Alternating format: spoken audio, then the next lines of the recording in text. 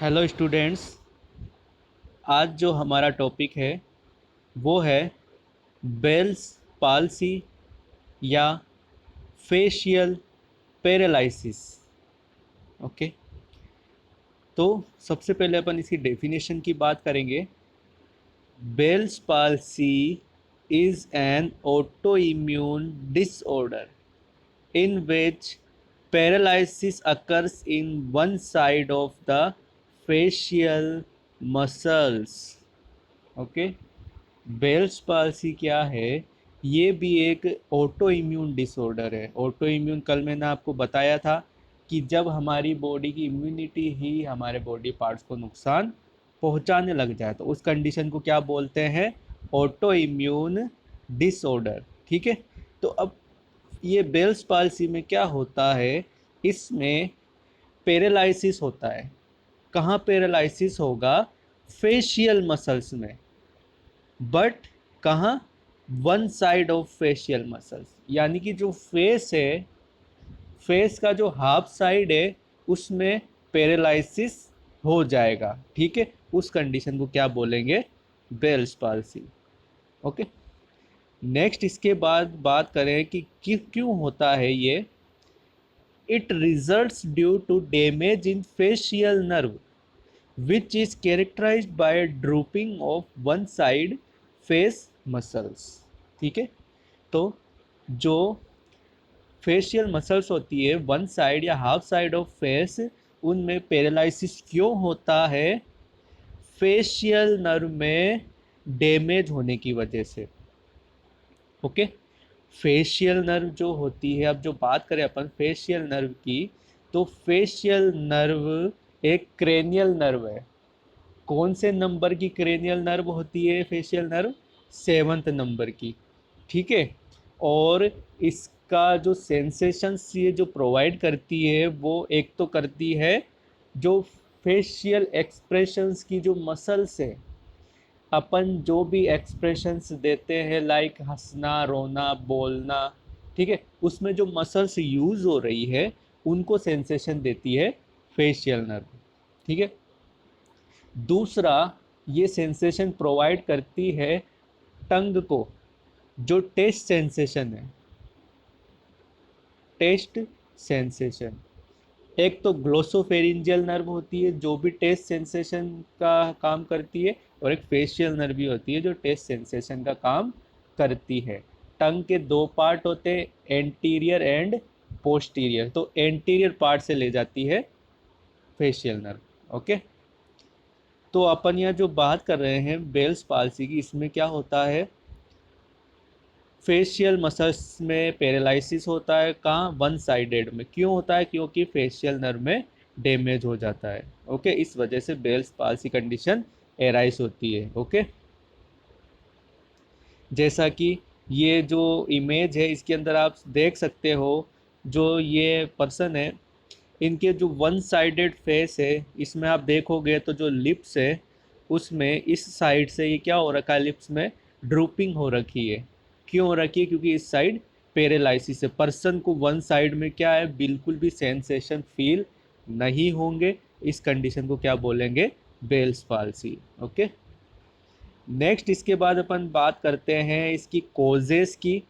तो ऑलमोस्ट जो auto immune diseases होती है उनकी कॉजेस अननोन होती है।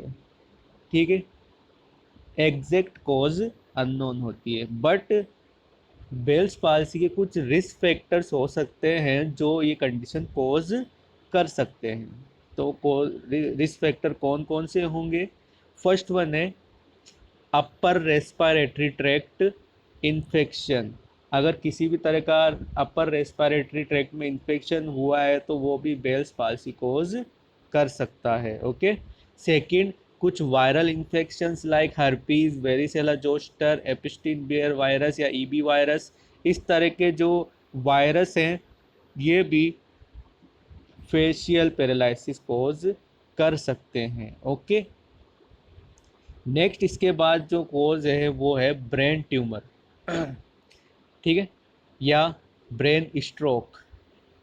ब्रेन में किसी तरह का ट्यूमर हो जाना, या ब्रेन में जो है स्ट्रोक की कंडीशन हो जाना। स्ट्रोक कब होता है ब्रेन में? जब ब्रेन को के किसी पार्टिकुलर एरिया में प्रॉपरली ब्लड सप्लाई नहीं मिल पाती है, तो उस कंडीशन में क्या होता है? Brain stroke. ओके। नेक्स्ट है मेनिंजाइटिस, यानी कि इन्फ्लामेशन ऑफ मेनिंजेस। और लास्ट है हेड इंजरी, यानी कि हेड में किसी भी तरह की इंजरी हो जाए तो उस वजह से भी बेल्स पाल्सी हो सकता है। ओके। तो ये जो 4 कॉजेज यहाँ पे है, brain tumour, stroke, meningitis and head injury, ये चारों कोज क्या कर रही है? ब्रेन को नुकसान पहुंचा रही है। ठीक है।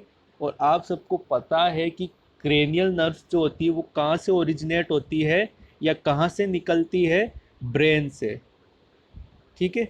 तो ऐसी कोई भी कंडीशन जो ब्रेन को नुकसान पहुंचा रही है, तब क्या होगा? अगर फेशियल नर्व डैमेज हो गई, ठीक है, फेशियल नर्व डैमेज हो गई तो फेशियल पैरालिसिस होने के चांस होंगे। ओके। नेक्स्ट इसके बाद अपन इसके जो सिम्टम्स की बात करें तो सबसे पहला जो लक्षण है वो क्या होगा?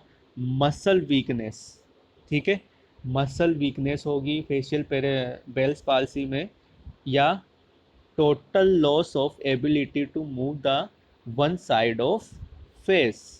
जो पर्सन होगा जिसको फेशियल पैरालाइज कंडीशन हुई है, उसमें क्या होगा? उसका जो हाफ साइड का फेस होगा वो बिल्कुल भी मूव नहीं कर पाएगा। ओके। बिल्कुल मसल वीकनेस उसमें हो जाएगी। ठीक है।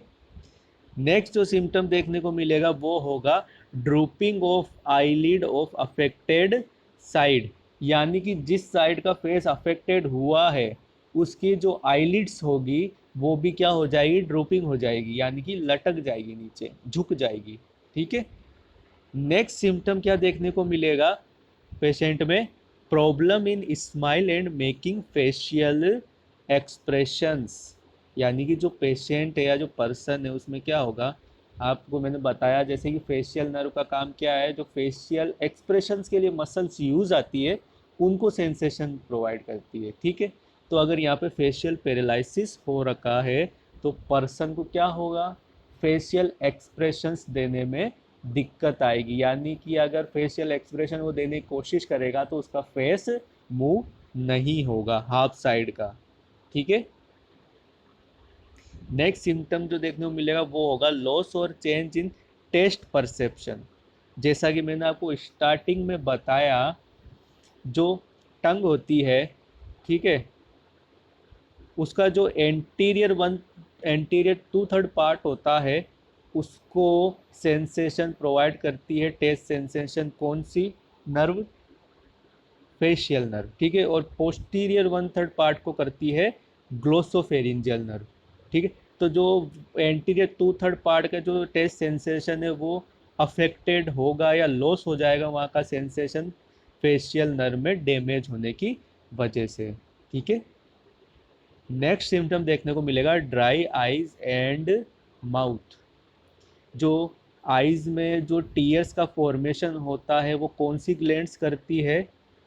लेक्रिमल ग्लैंड्स, यही करती है टीयर्स का फॉर्मेशन। ओके।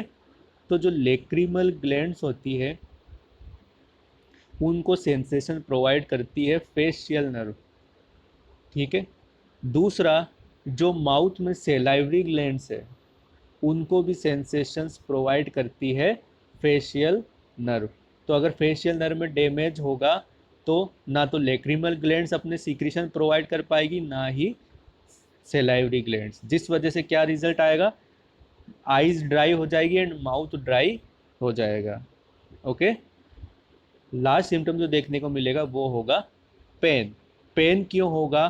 क्योंकि जो नर्व है, जो फेशियल नर्व है, अगर इस पर कंप्रेशन हो रहा है, दबाव पड़ रहा है किसी वजह से, लाइक अगर ट्यूमर, फेशियल नर्व के आसपास में ब्रेन में कोई ट्यूमर हो रखा है जो फेशियल नर्व को क्या कर रहा है? कंप्रेस कर रहा है या इस पर प्रेशर डाल रहा है, तो उस वजह से पेशेंट को क्या फील होगा? पेन। ओके।